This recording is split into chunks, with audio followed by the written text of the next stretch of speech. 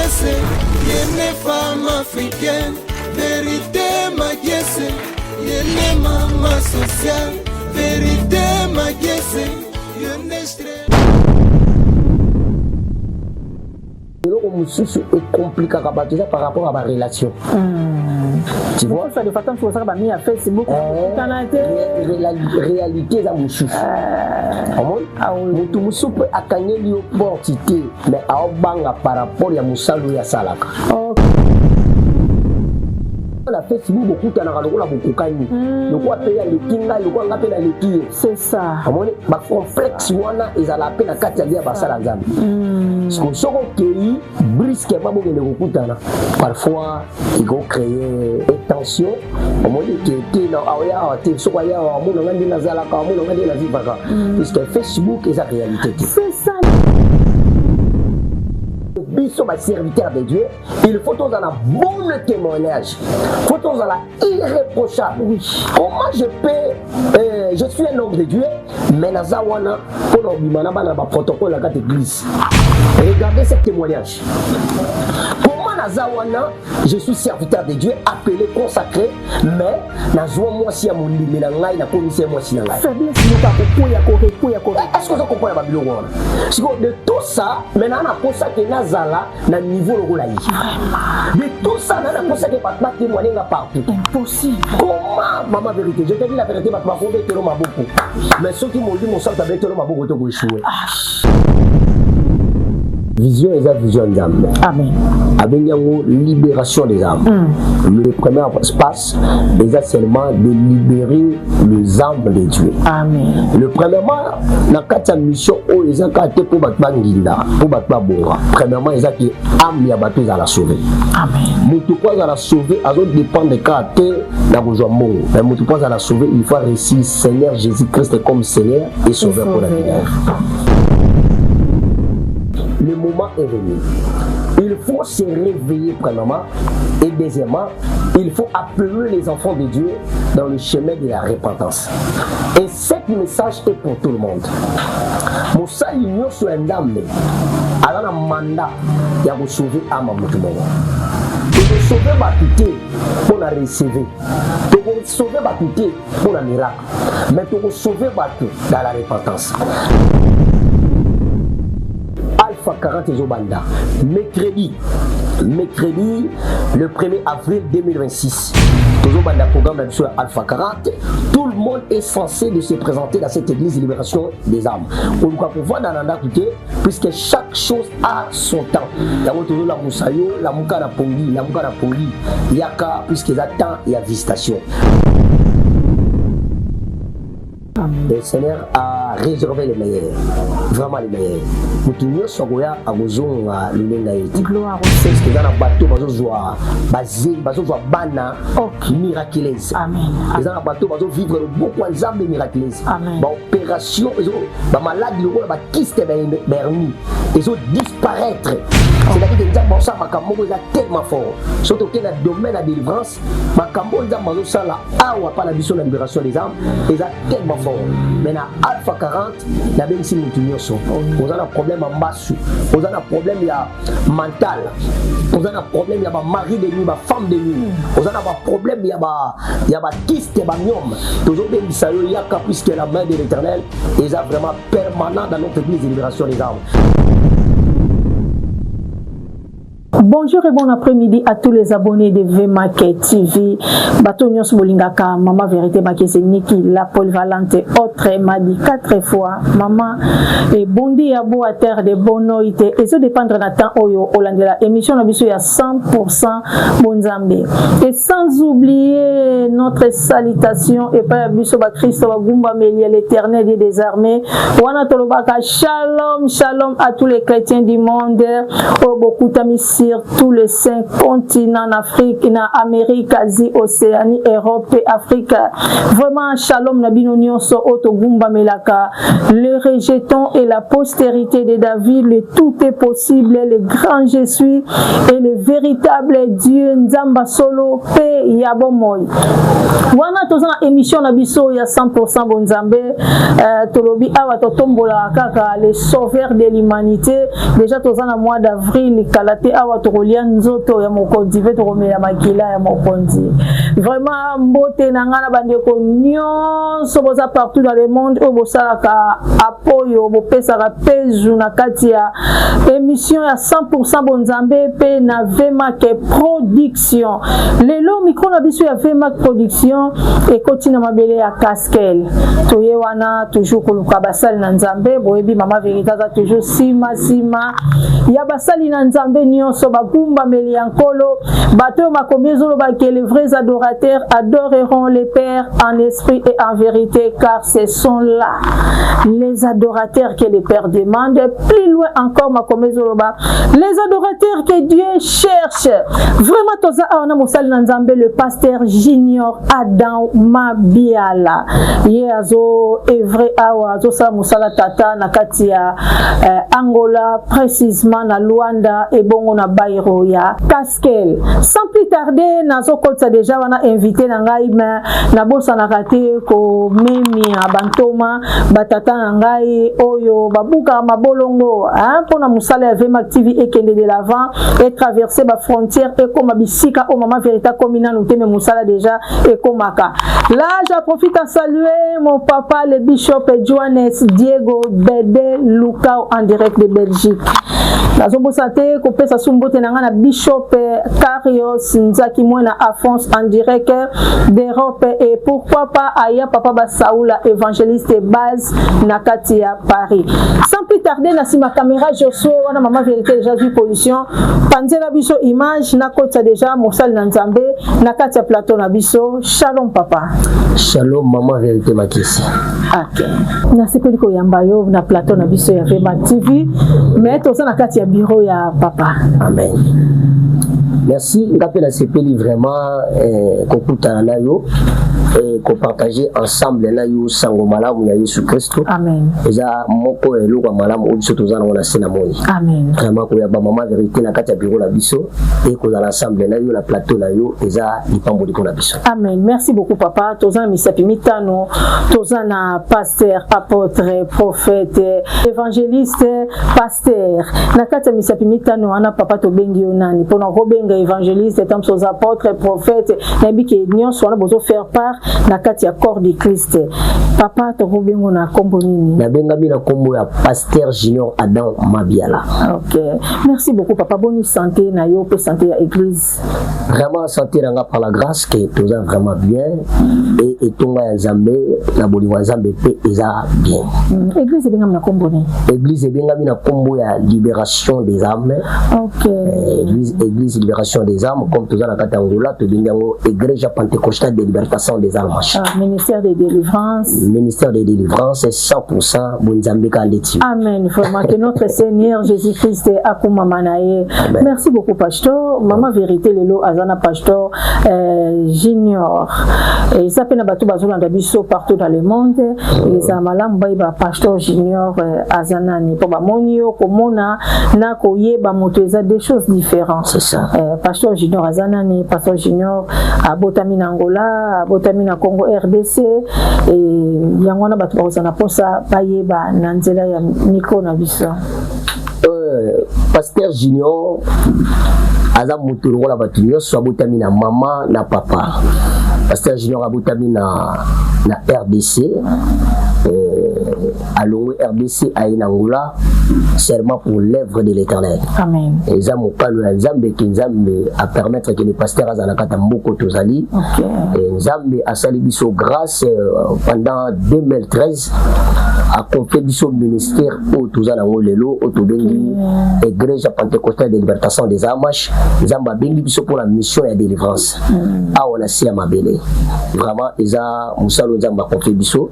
Yango tozo continuer toujours au parcourir ensemble dans Nzambe. OK, kola zalokomo wana pastor 2013 lobeli banda temps au bandi musala Nzambe awa o imposer yo moko opposer Pierre to eza anendo kota Angola. 2013 eza année au musalo ebandi. Ah oui, mais avant 2013. Avant 2013 nazalaki na église Bethel. Qui na église Bethel na 2012. À 2012 nazalaki na l'église Bethel. Et le 2013 na fin à 2013, je crois que le 31 décembre 2013 que le Seigneur a eu ça la grâce toujours espace et tout banda musala. Ah OK. Bethel wana ba Bethel les belé awa.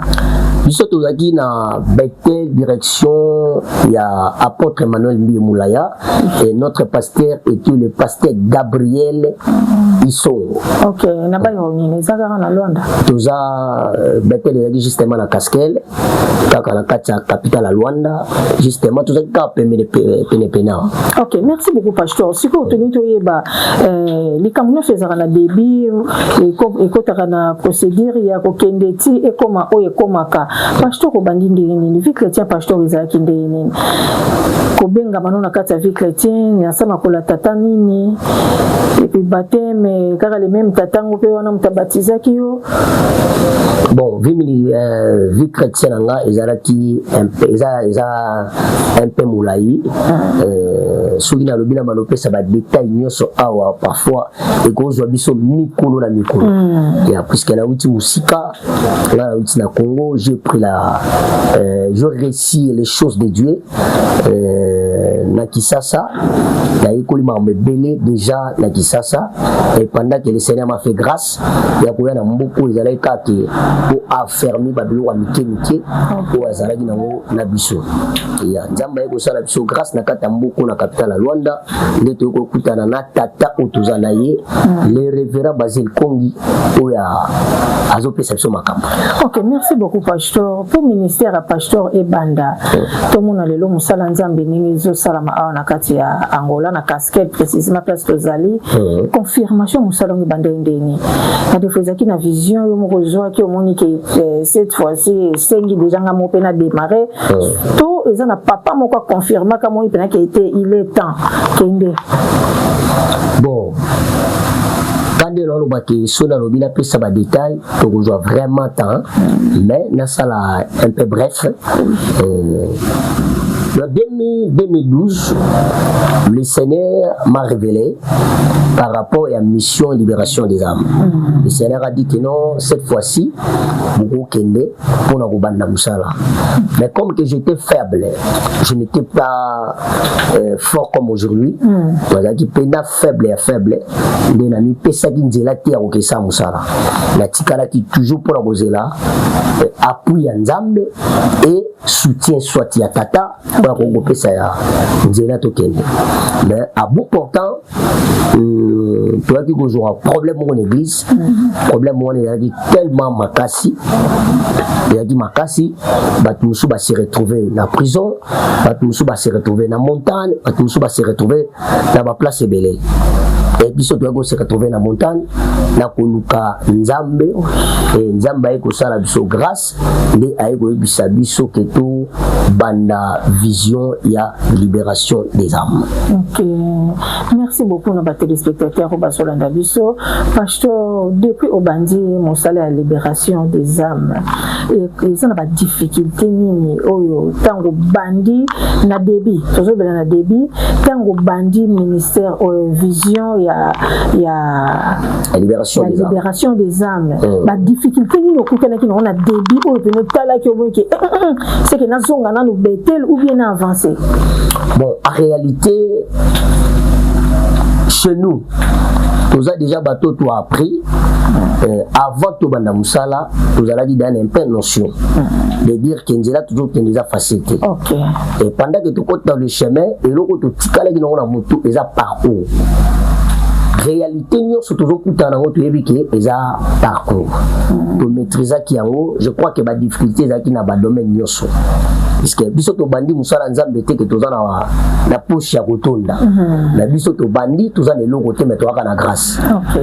C'est-à-dire que tant to tambola na grâce réalité ko se présenter comme kozanga mbongo kozanga place à kolia kozanga place à kolala, c'est-à-dire que tout ça et se présenter na nzela mais le kola tozaki na nzambe et le Seigneur était avec nous abandé ko pesa so makasi ya ko continuer chemin vraiment ils allaient dire moko ya makasi pour la biso mais en réalité le chemin du Christ c'est pas facile. C'est pas facile. Tout début est toujours dans la réalité. Ok. Merci beaucoup, pasteur. C'est que depuis l'église Nabiso et Bandi, et ça déjà na bana pour déjà 10 ans. 10 ans déjà. 12 ans déjà. 12 ans. La carte à 12 ans déjà à Boti bana combien? La carte à 12 ans, le Seigneur m'a fait grâce à Pessina Bani Belé. C'est bana comme cellule. OK. Koto cellule Nabiso ezali, koto cellule ezali, koto cellule. Cellule Nabiso. Non, dans 12 ans pendant que tu as un Nzambe notre salicélité. Non nous Zamba pesi na nos opportunités te ya robimisa église moko quelque part ya rosa l'église moko quelque part non mais le Seigneur a fait seulement grâce que bana ba bimi na kata vision ba sali ba bengi ba opela ba mission on Nzamba pesi ba amen toujours bana wana baza déjà ebelé libanda ou bazo sa musala mais chez nous ici à Libération des âmes nous Nzamba pesi biso nzela te on a maintenant na pesi biso opportunité que ya robimisa ou cellule moko quelque part aux stations moko quelque part toujours une chanson on a été mais toujours continuer qu'on persévère. Je les annonce moulay na kata libération des âmes mission ya pasteur Isakanini na bano nyonso nzamba zo peswa possession mission les anini po bana nyonso bazo na même kate eza na mona mususu aye aza possédé na bilimo mabe mususu aye aza na ba problème à stérilité mususu aye aza na problème ya finance ba problème eza tellement ébélé ko eza ngo archa noé et me marabato nyonso c'est que vision na yo eza nini na batu nyonso na nzamba tindila ko pende en réalité vision eza vision nzambe amen abenyango libération des âmes le premier départ ou le premier espace déjà seulement de libérer les âmes de Dieu amen le premièrement na kata mission o eza ka te pour batba nginda pour batba bonga premièrement eza ki âme ya bato za la sauver amen mutu pour za la sauver azo dépend de ka te na kozwa mbongo mais mutu pour za la sauver il faut réussir Seigneur Jésus-Christ comme Seigneur et Sauveur pour la vie vraiment notre mission premièrement eza que batba et ba Christ et batba et ba Christ et batba qui n'a faire te mais ba kende na beaucoup de likolo. OK, merci beaucoup, gloire au Seigneur. Bible dit allez partout dans le monde, allez faire de toutes les nations mes disciples. Pasteur, dans une église na Congo RDC, église mingi travaille na système wana que ozo kende ko gagner âme perdue ou bien ozo kende ko prêcher la bonne nouvelle autant morana mbongo na ba poche. Et ça l'église belé to le capé na enseignement na trop. Tant bazo bongisa ba gagner d'âme bozo kende ba pesi bino na bambongo na poche. Pasteur a fait sabino que mon place bo kende. Okokuta na pe na mutoke te azobela. Nazangi kisa omela. Ozo pese parole, ozo pese na mbongo asomba médicament. Okokuta na pe na mutu moko azo église te po a ne loko olia te difficulté moko ba kozanga peli papa. Osali yango o sauver. Mais na yebite na kati biso na libération des âmes. Est-ce que vous ça la rappelle loko wana donc et ça ka social to ba na vrai terme ya koloba social. Donc bo sunga kapé ba peuple de Dieu ba fidèle na état social. Vraiment le Seigneur vous bénisse maman, quelque chose tellement profond. Libération des âmes est la fondation là-haut, fondation libération des âmes. OK. Et cette fondation ils ont une mission moko ils ont pour soutenir bateau bazana ces difficultés. Ils sont soutenir à ba veuve, pour soutenir à orphelin, pour soutenir à ba infirme, bateau bazana difficulté, pour kotala ba bazana ba hôpital bazana ba difficulté, bateau bazana malade, pour landa na ba prison. Vraiment ils ont mission où le Seigneur a payé mission pour continuer à toujours que ça là tout l'état pour aider ba vie à battre. Tous ana bana ototangi saka bazana puité, ils sont tous wana lokola ba puité. Nga principalement pasteur Junior Adam Mabiala naza papa ya bana nyonso. Amen. Naza papa ya bana nyonso nyonso bisika nyonso difficulté ezali réalité ezali siki naza wana nango se présenter comme papa. Pasteur, le lot tozomona problème moko ezokomela biso na monde entier, ba problème ebele, ba accident liwa, ba mort subite koloba te, ba guerre koloba te kuna na Ukraine, guerre États-Unis kuna bombardé zoka sikoyo eza na mwa bato ebele comme si baza ko se réveiller donc oyo kozala bravo Bible loba tozokende vers la fin oyo nyonso ezaka basine nzala koloba te partout biso zali comme so mona ke na sunga mana mutane Europe na Amérique mais lelo na bango ba olela na biso to olela donc c'est que to mona place muta to mona place autorité muté 5 se positionner place là so ba ke ça basine à fin du temps et ça basine bilembo en réalité tozo vivre en pesa ezo faire part na moko ya basine au Bible lobi c'est pasteur message nini penza o esengi na temps oyo basali na nzambe bo prêcher donc c'est le roi de Bible bi et le peuple qui connaît le son de la trompette c'est le message nini ko za lokola kelelo o ko simba mitema batu et alerter batu et réveiller batu lisusu et ko za message nini bon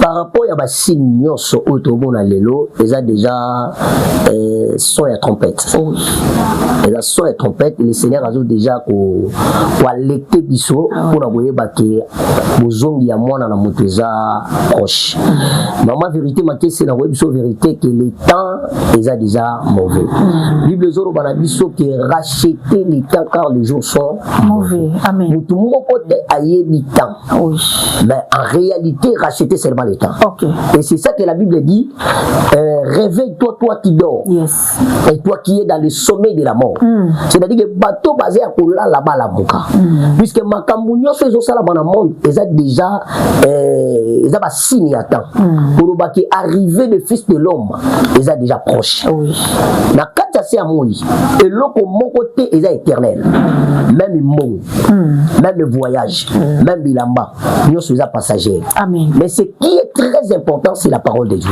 amen ya wana tango tokomi nango bana nyonso ya nzambe il faut bazwa le moment ya ko se repentir bazwa terre ko se repentir maman na zo vérité le moment est tellement fort pour la batebele et pour la bavina biso soki batu bazo lala bakozala ba perdant les attentes de l'exatane en 20 les attentes de concentration et aïba ko sa relation avec Christ on dit lelo même basala nzambe belé arriver à Christ et au kamsa bango basala nzambe belé arriver à Christ et kotika bango na sena monde puisque ce qui mutuna na yo quitté et à comprendre était déjà difficile pour tellement mutua répondra bien à la question sur ayo qui bien c'est ça merci beaucoup pasteur message en exécuteur makasi donc ce qui to langi ça que message oyo et koko pesa manam temps o ezaka message à repentance merci beaucoup pasteur badani ba koko pesa message yango ezande bino basal na nzambe c'est ça bato nkolo atie pona ko se ko kengela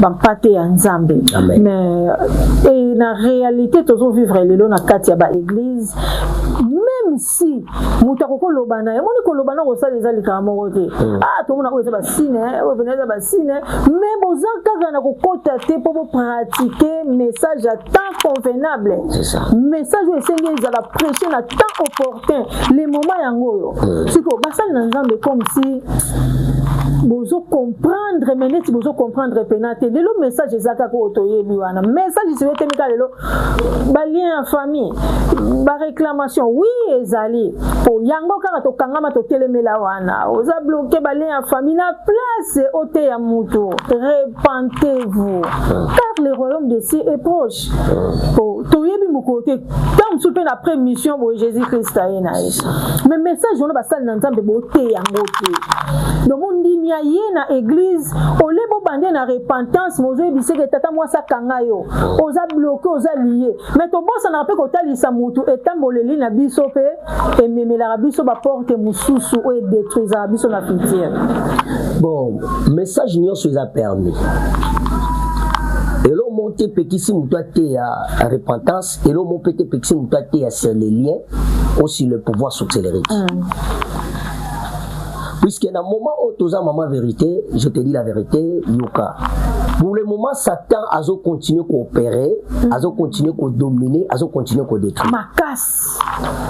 Le Seigneur lui-même, comme créateur, a perçu son badon, il y a vision, il y a révélation, et a perçu son parole, la repentance et la délivrance. Tu vois? Oui. Bible n'est pas boy. Il y a deux parties. Oui. Tous en ancienne alliance, tous en nouvelle alliance. Okay. Nouvelle alliance et ancienne alliance, batambolara ndela moko. OK. Ancienne alliance et nouvelle alliance, ils sont synonymes. Il y a parole, na molimo centre.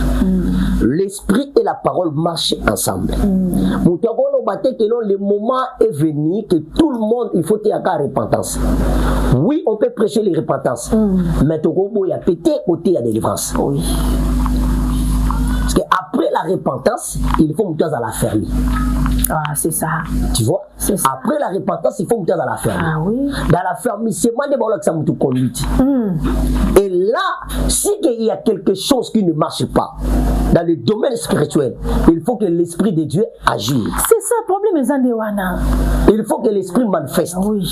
Et pendant que le moment de l'esprit est venu, ce n'est pas le moment de la repentance. Ok. C'est le moment de la manifestation et le moment de la délivrance. Voilà. Voilà. Tu vois? Voilà. C'est ça que le chose de Dieu marche comme ça. Voilà. Maman, vérité, je te dis la vérité. La repentance est comme le débit pour les débutants. Ok. C'est fort, hein? Tu vois, la repentance est pour les débutants. Ok. Pendant que tu es déjà entré dans les choses de Dieu, la sagesse et l'intelligence, c'est ça. Il y a d'autres choses au Kola. Ah oui. Puisque c'est impossible à réussir Christ, à réussir Jésus, il a déjà pris chemin. Il y a à tourner toujours dans la repentance. Non, c'est pas normal. Vraiment. Non, c'est pas normal. Vraiment. Il faut commencer. Il y a beaucoup là. Oui. Apôtre Paul Azoloba, vraiment. C'est-à-dire qu'il faut bossani. Beaucoup la c'est ça, merci beaucoup. C'est le problème, Zana. Mon vie chrétien, mon temps, on colo bengi azu appel anzame. Et ça n'a pas été fait. Procédure wana pour l'andango. C'est le problème, ça et là on a une lobali susu. Paul Azoloba. Tant on a ça qui moi na mukie, na ça qui kokanisa pe kwa moi mukie. Tant on a ça qui moi na mukie, mutu n'etapa bo mwana akolia poto. Azana on etapa akolia muku ate akolia kwanga te. Mais tant on a commis mukolo, eza moment oyo na zana maturité. Nazo réfléchir te comme nazali ko réfléchir tant on a ça qui moi na mukie. C'est ça. Parce que le problème est ça la bisoni na tant oyo. Mutoyer église. Bon, il y a Messie pas même Jésus-Christ de Nazareth. Mais ça, Jésus, il y a ma cambo, ma casse, où est-ce que encore comprendre en côté. Et puis chaque jour, à l'église, à côté de message, où est-ce que il y a niveau na été. Les cambo lobby, on a y a ba fermissement, mon fois les cambo fermissement. Et là que je manquais biso na l'église à l'élo, il y a ngoi. Na yebité na biso ah, est-ce que je rappelle tant, il y a quoi fermir, il y a quoi préparer ban. Qui est Jésus-Christ? Nini Jésus-Christ a ça la nini a ça nini Jésus-Christ a lingarato ça na o ya lingarato to ça là. C'est là tout temps là sur le bas là. Par la Bible 1 Corinthiens chapitre 13 et le verset 11 la Bible dit lorsque j'étais enfant je parlerai comme un enfant. Je pensais comme un enfant, je raisonnais comme un enfant. Lorsque je suis devenu l'homme, je fais disparaître ce qui est de l'enfant. Gloire au Seigneur. Hein? Gloire au Seigneur. Ça, c'est la parole de Dieu. Amen. Quand j'étais enfant, je parlerais comme un enfant. Yes. Je raisonnais comme un enfant. Tu vois? Je pensais comme un enfant. Quand je suis devenu homme, je disparaître ce qui est de l'enfant. Yes. Dans d'autres sens, c'est dit, pendant que je suis venu en Jésus-Christ, j'étais petit, j'étais enfant. Mais comme je demeurais ensemble avec Christ, je suis devenu homme. Tu vois, j'ai commencé à disparaître les choses de l'enfant. Tu vois, comprenez le goût? Oui, oui. Moi, à quoi vous allez le rôle à dit? À dit, na mioche, bakukanité. Ok. Un Nyon, c'est un débutant. C'est lui qui a commencé les choses.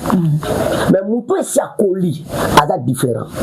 Et dans la matière, où Baoté a bano bazoyekola, et la matière Baoté a bana bazokola. So quand c'est Baoté, on peut église, ils aura soutien pour former ma disciple.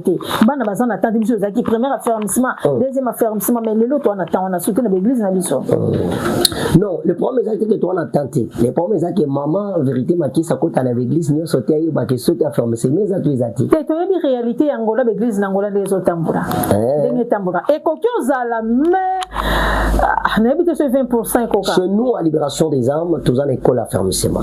Ok. Tous en école de Samuel. Ok. Tous en école affermissement.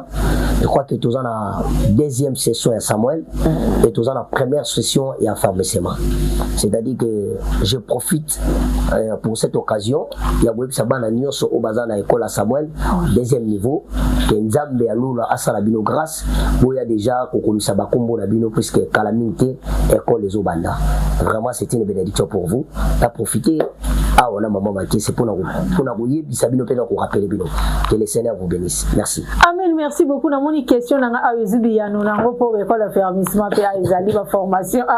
Il y a ma disciple, Ezali. Merci beaucoup, Pasteur Junior. On défendrait bien la question, hein. On défendrait bien. Dans mon écoute, on était ma biso sous ton boss à la rampe pour le béla.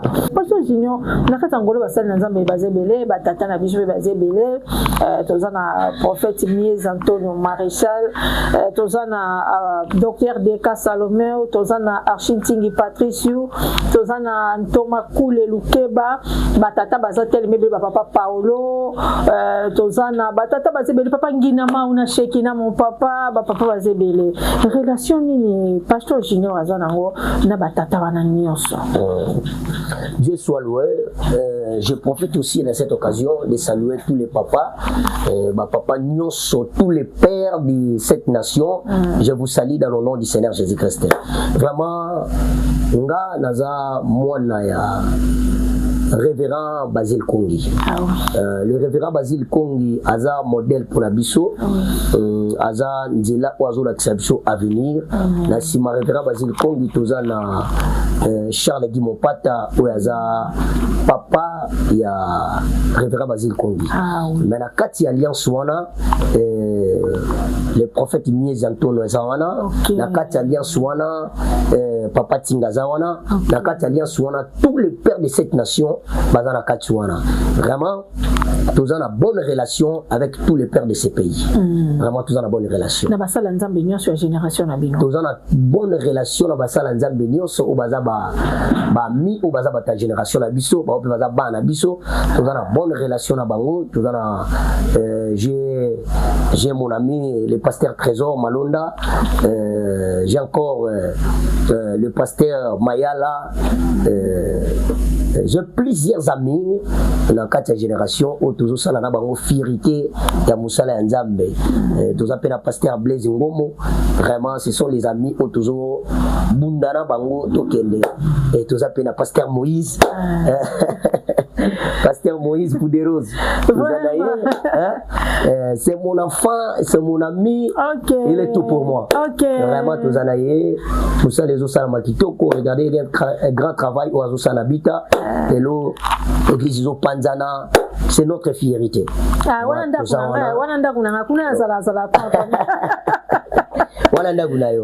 Vraiment, c'est une grande bénédiction pour nous.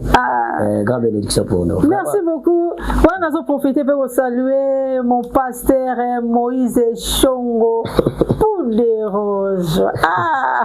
Pour moi, il y a un combo. Na koti na kati ya kombo bomoni kaka expression na ngai vraiment on anda kuna ngai.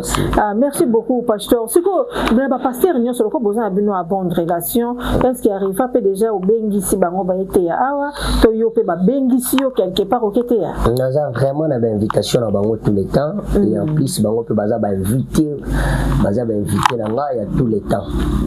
Dans la préparation il y a 40 jours de prière auto-titulé en Alpha 40. Merci beaucoup pasteur. Tozo ke na biso vers la fin autochité na moni maso na biso za kitoko mais o ezamba liboso to mukutana pasteur Junior na bi ke ezamba sukate to ko yaka yaka poto kutanaka mbala ebele surtout que na Alpha 40 wana ndenge pasteur albito kolobelango déjà nazo confirmer présence nanga pasteur to que na so faire la fin poto chité to koya na Alpha 40 bato belé bazo réclamer na kutia na ba pasteur belé na Angola ndé mama vérité zarazara na sima batata nyonso bango tout pour nga ba père nazarana bango o bango pe balinga musala VMAK makasi pe bisinga mama vérité mais remarque oyo to sali yango trop ba pasteur o baza na Congo RDC po biso pe to uti kuna to yeko sa nzambe a mais ba pasteur so ba uti Congo bazo ya Angola bino bozaka na ke ya makasi ya koyamba bango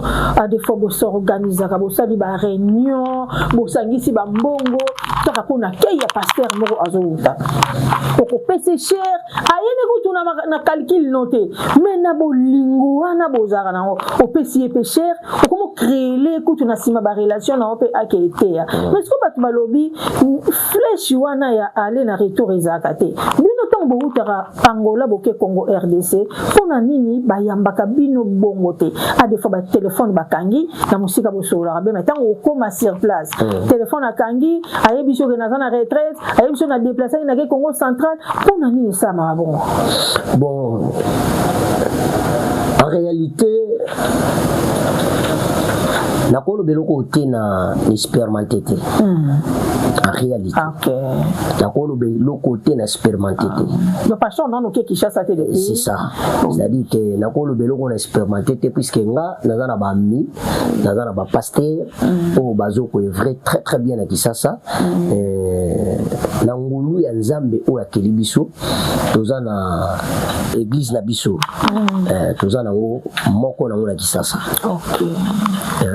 toza na moko église na Kinshasa eza justement na quartier 5 d'Angile c'est-à-dire que église de libération des âmes moko na na Kinshasa na quartier 5 bon na relation na biso toza na bata Kinshasa toza na relation moko tellement bien non expérimenté qui na Kinshasa bango babu ya mbanga mais le contraire que na vanda awa bango ba obenganga tu vois parce que benganga pasteur toza na posana yo yaka j'ai un ami azo benganga binanga ke papa na posana ça l'événement moi makasi mais ça les fort ya puisque au participer l'événement tu vois parce que natala ga ba relation wana toza na ngona bango na makambo na ngana vivre te moi na sala commentaire ezate moi pe na lobelango ezate puisque comme ça na te maman vérité et le mususu est compliqué ka ba par rapport à ba relation tu vois ça de façon sur ça ba mis à Facebook la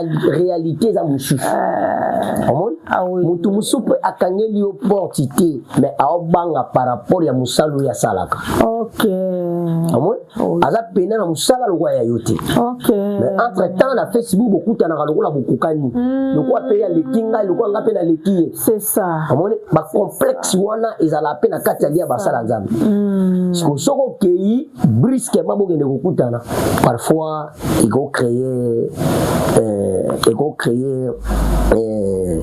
tension amoni que na aya te soko ya amona ngandi na zalaka amona ngandi na vivaka puisque Facebook est la réalité c'est ça le problème c'est-à-dire que marambozo le que la batebele na vie que baraté c'est ça la amoni que na koki ko répondre à la question qui n'est expérimenté mais on a yebi que nous tous nous sommes les hommes de Dieu chacun a sa grâce chacun a sa mission nzamba yebi comment azotambola biso merci beaucoup nzamba yebi comment azotambola na biso likambo eza passé na kokutana na 25 pasteurs déjà baleli na likambo yo balobi ba pasteur Angola boza ba complexé trop miso balobi te eza complexité eza de toi na bolingo makasi les problèmes ne kana biso qui za problème la relation puisque apôtre nani papa na biso mise en tonne a tous en qui ça on dit tout l'église des autres qui les porte pour les c'est-à-dire maréchal c'est ça pour la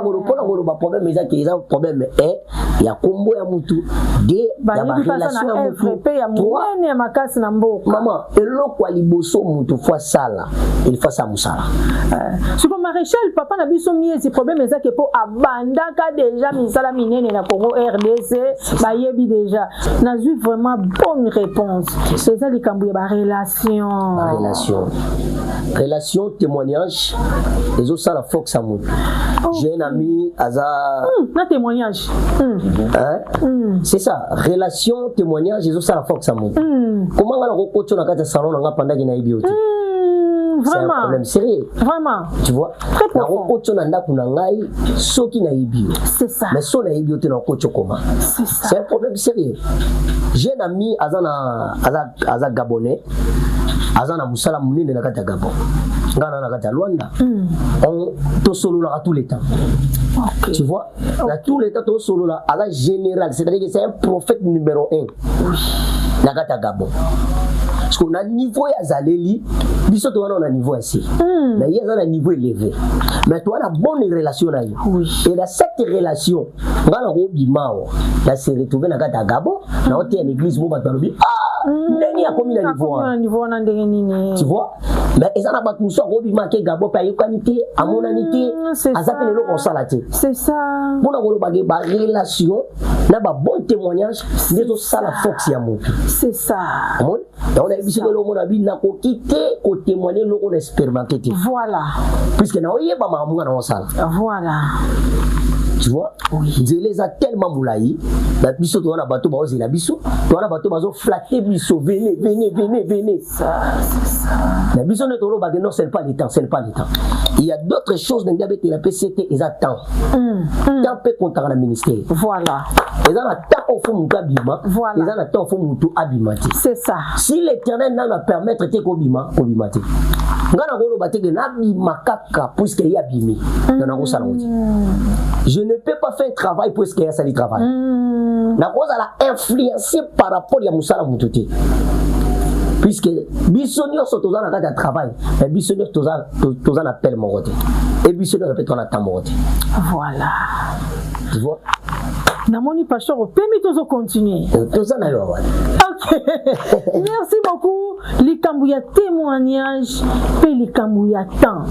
Ah pasteur Namoni photo ça deuxième épisode OK, la deuxième version. Pour likambu ya temps. Tout ko l'exémission nana papa ngina mau na shekina mon papa révérend ngina mau. Tolobi na biloko misatu o ezaka tangu nzambe a confirma ka moto. Nzamba ça appelle donc en bref, tout ça n'a pas appelé de Dieu, tout ça n'a pas choisi de Dieu, tout ça n'a pas envoyé de Dieu. Nzamba bengi biso misatu toye pasteur Moïse Chongo pour des roses yaka. Pasteur Junior yaka. Maman vérité yaka, mais papa bengi biso soye. Pour répondre un appel. So papa bengi biso avec un beat. Pasteur Junior kende. Yo tong batindi okenga pe na bite ba benga biso misatu ngape na ke mais ezaki tante o ngana kende po papa na atindi ngate. C'est ça. C'est ça. Comme si on a bengi biso faut à choisir, ça les nomme choix ya mutu moko bengi toye asa le choix na yo envoyer yo. Mais biso pe parce que Moïse pe una ma avec tout monde toi qui biso nyoso nzela mo sondeli biso nyoso to kende ka c'est ça le problème.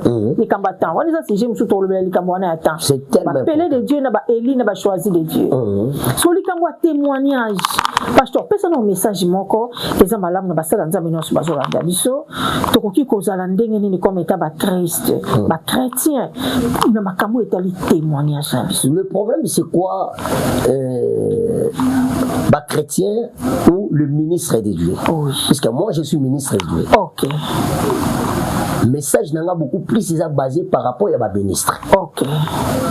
Ministre de Dieu, il faut à la modèle. Comme dans le bangoté, mais ça peut répondre. Timothée chapitre 1, Timothée chapitre 3. Oui. Avec ses premiers. Pardon. Amen, amen. Cette parole est certaine. Si quelqu'un aspirait à la charge d'un évêque, désirait une œuvre excellente. Faut musala na ezala excellente. Oui. Il faut donc que l'évêque soit irréprochable.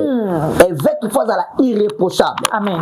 Balobi, mari d'une seule femme, sobre, modèle, règle à sa conduite, hospitalier, propre à l'enseignement. Makambo ba olobelango pona ba évêque. Ba olakisa biso ke biso ba missionnaire ou biso ba serviteur de Dieu, il faut tous en un bon témoignage. Il faut tous en la irréprochable. Oui. Comment je peux je suis un homme de Dieu, mais nazawana pona obimana bana ba protocole la carte église. Regardez ce témoignage. Comment nazawana, je suis serviteur de Dieu, appelé, consacré, mais nazwa moi si à mon dimi na ngai na commissaire moi si na ngai. Faiblesse noka kokoya korekoya. Est-ce que vous comprenez la Bible wana? De tout ça, maintenant on a pour ça que nazala na niveau le rolaï. De tout ça, on a pour ça que pas témoigner partout. Impossible. Comment maman vérité? Je te dis la vérité, pas convaincre le maboko. Mais ceux qui m'ont dit mon sang avec le maboko te échouer. Le véritable témoignage à mon tour, mon lit mon sang te témoigner. Amen. C'est l'Éternel qui témoigne. Yes. Si l'Éternel ne témoigne pas, rendez compte que ce témoignage est à ma vie. Il y a un moment donné, on a tout ce sont bien sur l'église là. À l'émission de l'homme toté à mercredi. Mais beaucoup de mardi, à la mouka habité papa. T'as beau ça na kizaki yoté tala. Après ces raisons. Moutuni comment après ces raisons? Comment le ben na loin na qui ça mais na comme ça quand il téléphone. Tu sais, puisque si l'esprit de Dieu est témoigné ma bena you, c'est difficile pour nous tatiquer le cher naïf. C'est ça. On m'a remplacé. Surtout cher. C'est-à-dire que ça y a un belé, bazana c'est ma bé. Mais bana pour ça toujours bazana gloire. Oui. Comment yo battre la de la mola tité, vous avez la pousse dans le lokum. Comment yo battre la mission na yoté? Comment battre la témoignage na yoté? Tu vois que aux pasteur leader de l'église mais aux a moi alam de la biloko lire à quelque part biloko nina est-ce que vous comprenez biloko c'est-à-dire que même ça témoignage na yo on a témoigner au malade aux a la poste à gloire mais comment qu'on soit gloire comment va respecter mon tour de les autres respecter vraiment maman eloko to bossa nanka muto tombo makate pour batba tomboli vraiment muto tombo makaponza batombo lobo kwa nzambe ya muto lembaka nango kwa muto lembaka ko lembaka mais si l'Éternel a tomboli, tu vois, ce sont les choses, ils ont les canards dans la milieu, la biso à Basalanzam. Na kenda ya kangeli na porte, na kenda ya lingagité, na kenda nanda kwa mutu. Pourquoi nanda kwa mutu? Il faut mourir mon Nzambe tina. Vraiment, merci beaucoup. Pasteur moi je shongo pour des roses makambeza torozonga lisusu. Jésus-Christ écoute notre Seigneur, notre souverain. Mokonzi likolo mabele, mokonzi na biso le sauveur de l'humanité. Mais Jean-Baptiste a témoigné faut pas témoigner yo. C'est ça. Saint-Esprit a ça na kati ya mutu. Faut pas témoigner. Soki molimo a témoigner c'est difficile maman. On reçoit gloire na maboka batu teza lokuta. Il faut molimo a témoigner yo. Il faut nous les témoigner yo. La gloire à panani. So na sala mabe pas passer moi de chon pour les roses. Après singa ba porte belé. C'est ça. So na zala na beta déjà mabe na ye. Muta komi na posa na ngekuté. Mère wana te. C'est ça. Oui, la vie c'est comme ça. Faut muta battre la témoignage na ye. Muta battre la relation est parfaite na Nzambe puisque toza ba sala Nzambe te poto simba Bible. Toza ba sala Nzambe te poto tangi théologie. Mais toza ba sala Nzambe puisque toza appelé par l'Éternel. C'est-à-dire que muto abengi biso de mutayi biso malamu. C'est-à-dire que ton otambo na sa moi. Connaissance nyonso na sa moi. Eza assurance te. Mais l'assurance eza kozana molimo santu. Muto azana molimo santu eza assuré. Muto azana connaissance eza assuré. Oui, eza assuré puisque azana connaissance. Mais rendez compte, avant la connaissance, c'est l'esprit de Dieu. Merci beaucoup, Pasteur Junior. Vraiment, Kolo Akumamanae pour l'interview qui t'a boyé. Au sujet, on a monté s'arrêter dans l'emballement de Rubanda, l'emballement qu'on a yango. C'est ça. Yango n'est pas revendé là. Dernière question, on a poto kota na masolo na biso activité que ça nango ya 40 jours. Tolobela ki likambu ya message. Message. Tolobite que to comme attend de la fin. Tolobi ke babilo ezo sala ma déjà Bible le banyo so eza ba signe. Si au pasteur message nini opese okopese pa basala nzambe na olinga pene longia pasteur na caméra opesa na bandeko ba papa na onyoso ba ninga na onyoso ba collègue na yo na kati ya œuvre de Dieu message nini o esengeza la prêcher na temps oyo po elongola batu na kidiba efongola batu misu ela musa batu. Vraiment merci maman Makesi pour la question. Réponse langue ali pour la l'union sur Nzambe et pour l'amour et accord du Christ. Puisque nous sommes les garants et les responsables de la mission du corps du Christ sur la terre. Nous sommes là pour édifier et pour montrer le chemin du Christ. Bien-aimés, chers collègues, le pasteur révérend, le moment est venu. Il faut se réveiller premièrement et deuxièmement, il faut appeler les enfants de Dieu dans le chemin de la repentance. Et ce message est pour tout le monde. Mon seul union sur un dame, alors un mandat, il y a sauver à ma mouton. Tu sauver Batouté pour la recevoir. Tu sauver Batouté pour la miracle. Mais tu sauver Batou dans la repentance. La repentance, ça signifie changement de mentalité. Et tout le monde est censé de changer la direction de la vie. Bien aimé, tout est la vérité. Tout le monde a la distraction, tout est la vérité. Tout est la pour la royaume. Tout santé, Jésus revient bientôt. Le Seigneur vous bénisse.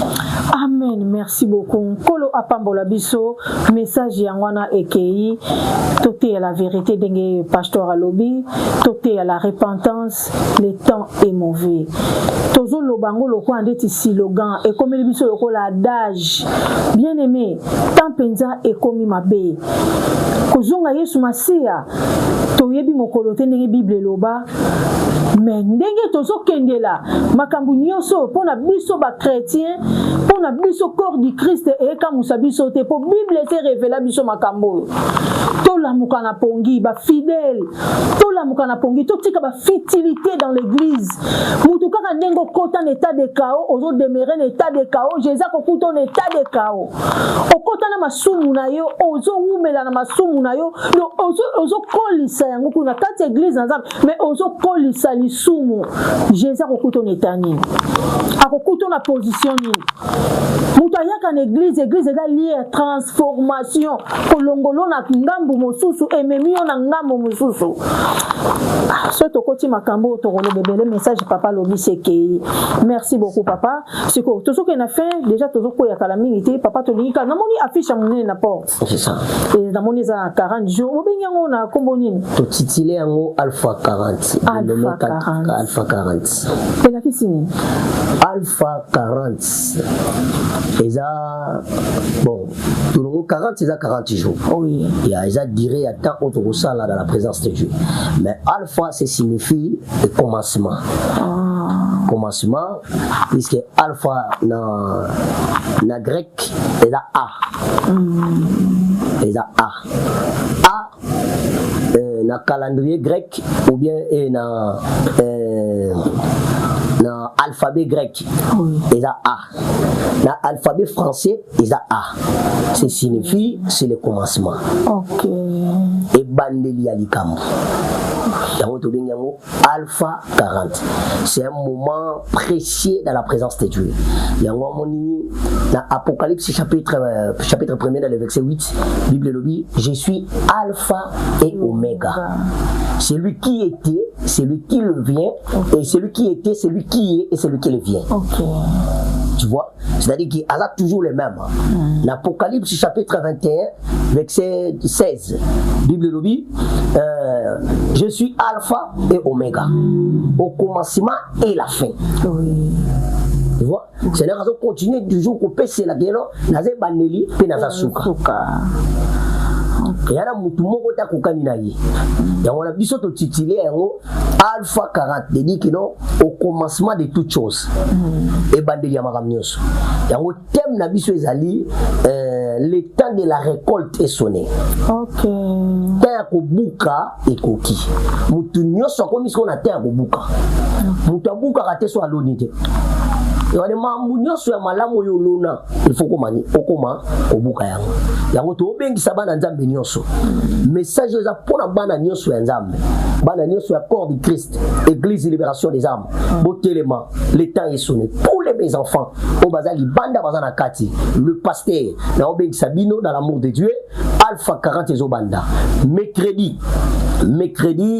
le 1er avril 2026 tozobanda programme la biso Alpha 40 tout le monde est censé de se présenter dans cette église de libération des âmes on doit pouvoir dans l'anda côté puisque chaque chose a son temps yango tozo la musayo la muka na pongi yaka puisque ça temps et à visitation vraiment le Seigneur vous bénisse vous vendate boya osambela ensemble na biso le Seigneur vous bénisse merci amen pasteur assurance nini ozopesa na bana nzambe nyonso oyo bengi nayebi ke baruta partout baruta mabor petrangol ojainda palanka sapo kalemba de sapo bita partout bakoya casquel to zape pembe na populaire congolaise assurance nini ozopesa bango ozo assurer bango nini tant bakoya pour Jésus Christ azalina ba disciple moko tuni Seigneur alobi to tiki nyonso ngana tiki pêche na ngana tiki musala ngana tiki ma so de to landi oboye to kozwa nini quand même Jésus Christ a préparé bango bonne réponse alobi na siècle présent bozo senti la siècle à venir bon hériter le royaume des cieux c'est pour assurance nini opesa na batunion sozo benga na activité à Alpha 40 dans réalité il y a le mien que le Seigneur a réservé pour les enfants il y a la délivrance amen il y a le moment de l'intimité avec Dieu le moment de la prière nous invite vraiment les enfants de Dieu puisque c'est un moment merveilleux pour Dieu. Amen. Le Seigneur a réservé les meilleurs, vraiment les meilleurs. Mutunyo sogoya agozonga lulenga yeti. Gloire au Seigneur. Puisque zana bateau bazozwa bazim bazozwa bana miraculeuse. Amen. Zana bateau bazo vivre beaucoup ensemble miraculeuse. Amen. Ba opération ba malade le ba kyste berni. Ils ont disparaître. C'est-à-dire que nzamba osa makambo eza tellement fort. Surtout qu'il y a un domaine de délivrance, makambo nzamba osa la awa pa la biso la libération des âmes, eza tellement fort. Mais na Alpha 40, la bengsi mutunyo so. On a un problème en basu. On a un problème ya mental. On a un problème ya ba mari de nuit, ba femme de nuit. On a un problème ya ba kyste ba myome. Tozo bengisa yo yaka puisque la main de l'Éternel est vraiment permanent dans notre église de libération des âmes. Et le mercredi on Torobanda directement na mon pasteur, mon père spirituel, le révérend Basile Kongi, à Boussala Nabiso, ouverture à Alpha 40. Yango tozo bing Sabino Bouya vraiment nombreux, puisque ça m'a amené, on a bossé la pour la biso. Mercredi avril, hein, le 1er avril. Mercredi avril, c'est le 1er avril 2026. Avril 2026. Ok, merci beaucoup, Pasteur Alobi Boya. Mais yo, eloko papa Sengo ya nango. Papa Sengo ya nango namoni bandeko bazozela papa Sengi suto ya suna ni biso mtoke pa Yesu apesa nyonso albito ya kaka na kondima na biso. Amen. Jésus Christ azaki na poudre na ye moko nzambe. Amen. Ayebi ke nguya o nazo transmettre mais asenga kana na foi ya mutu wana tanga biki abike ta foi ta sauvé comme akoba peke puissance ezaki kati na ngata sauvé ta foi. Jésus Christ aza déjà awa na 40 Alpha 40 yo ya kaka ne loko moko foi. Amen. Quelle que soit dimension to grandeur il y a problème au yozana. C'est ça. Il est le spécialiste des cas désespérés. On a stérilité ou mêlée, on a malade ou mêlée, on a problème ou réclamation au penda, koko ya kanga bisota kufa. Il est le spécialiste des cas désespérés. Merci beaucoup pasteur. Message écrit batnios balandi biso. Siko yo. Tozo banda le 1er avril, yo mo compter le premier titre comme ça 40 jours. Papa adresse ya église na biso. Adresse Nabiso doza justement na Casquel de Bourakou na Simaya aéroport ancien aéroport le 4 février tout dans la Simalango avenue Abissoeza avenue 55 avant qu'on commence à la police église Abissoeza wana église Pentecôte de libération des âmes église des wana mutunyo soya a okuta biso wana vraiment numéro ya téléphone numéro Abissoeza 936 183 245 le deuxième numéro est 955 09 40 45 vraiment ba numéro na biso disponible mutunyo sokobenga biso akoya et akokuta na biso ba madu to fara ko vocês aonde que você está não fica só em casa aquela enfermidade Deus poderoso está conosco, ele é capaz de operar na vossa vida. Tudo que você está precisando aqui na libertação das almas tem Deus. Aquele Deus é poderoso. Eu chamo você, é Deus também está te chamando. Vem só rápido aqui na Igreja Libertação das Almas, vem passar um momento incrível com Deus. Esse tempo Deus vai operar a grandes coisas para vocês. Deus vos abençoe muito. É vosso servo pastor Júnior Adão Mabiala. Obrigado. Ok, muito obrigado meu pastor. Papa, mot de la fin. Autochité na biso mot de la fin, vous a remercié ma salutation pour message non sur qui vraiment senga qui pesa maso pesango. Le basuka pona lelo toka bwana biso. Je remercie vraiment le Seigneur pour sa biso grâce tout na awa. Je remercie aussi la présence de maman Makiese, le grand travail où elle a partout dans le monde, que le Seigneur a pambola équipe technique Mobimba, Zambe Pabo Sanate ko pambola le pasteur Moïse Chongo.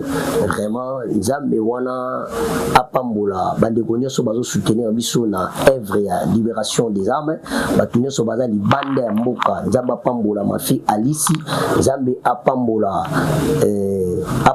Maria Mama na Maravilha, Zambe apambola bino bisika nyonso bozwani bana nga nyonso baza en Europe. Vraiment le Seigneur vous bénisse abondamment. Bobo Sanate Alpha 40 ici bandi. Le Seigneur vous bénisse. Merci. Merci beaucoup Nzambe alola apambola biso wana to komi na suka pona mokola lelo ngape na Bobo Sanate mama vérité lobaka ateka litungulu na wenzete cop nanga eza micro eza caméra wapi bisika bana bazobika 4 fois mama charge na lisungi ya nkolo Yesu Masia na profiter ko pesa mbote pa ya mon papa na benga keka yaya pour na fierté na ye yaya Denis Ngonde l'évangéliste Denis Ngonde papa nanga bambote belé bisiko za na kati ya Londres mbote nanga epa ya papa nanga na benga pe yaya wana kisakata nyonso na zanga nango pe na bango ya Matu Samuel mbote na papa nanga Matu Samuel mbote nanga wana na lobaka mutu de moi de tous les temps et de tous les jours. Mon frère Daniel Sosola en direct d'Afrique du Sud. Bisikoza Bambo Tebele, Daniel Sosola, ya Diego Takasasa, évangéliste Diego Takasasa, Bambo Tebele, Wanazo Pesa Mbote, et pas il y a soutien, il y a Vemac Production, Vemac TV, Tété Thérésia, la maman des princesses Vanny, Allemagne ne tombera jamais en direct d'Allemagne, Bambo Tebele, Tété Thérésia, Mbote Nangai, Nabino Nyonso, Evelyne Bopeti, Nakati à Paris, la fille de mon père, Boeni Chiku, Evelyne Bopeti, Bambo Tebele, Bongo Nabo Sanité, Molonga Ninaye, évangéliste Bas Basaoula, Oto Bensana Kobenga, Ya Papa, mon président, Bambo Tebele, le pasteur Justin Bibouangou, Nakati à IPFSA Mulundu, Mbotebele, Papa Justin Bibouangou, et Bongo Mwana ya Mama Nangai, Mama Gode, Nakati à IPFSA, Molonga ni ya Papa Mandela. Sans oublier pour Nasuki Sananga Baleke Bele, Nazope Sambote, et pas ya Papa Gino Pakasa, Bambo Tebele, Nabino Nyonso. Tikanzambe Alola, Apambola Biso, Oyo Eza, émission ya 100% Bonzambe, Bolandi Biso na YouTube, na Vemac TV, pe na TikTok, Niki, Makiese, pe Bolandi Biso na page Facebook, Vérité la Star, na Facebook, Bolandi Biso na Vérité Makiese, pe na compte Mususu, Vérité Makiese, Vérité, pe Bolandi Biso na Facebook, kaka na Niki, Makiese, ba compte Eza tellement ébélé partout na ba plateforme nyon sur les réseaux sociaux, Bokomona Biso. Tikanzambe Alola, Apambola Biso Nyonso, à suivre. Vérité Magese, yo nde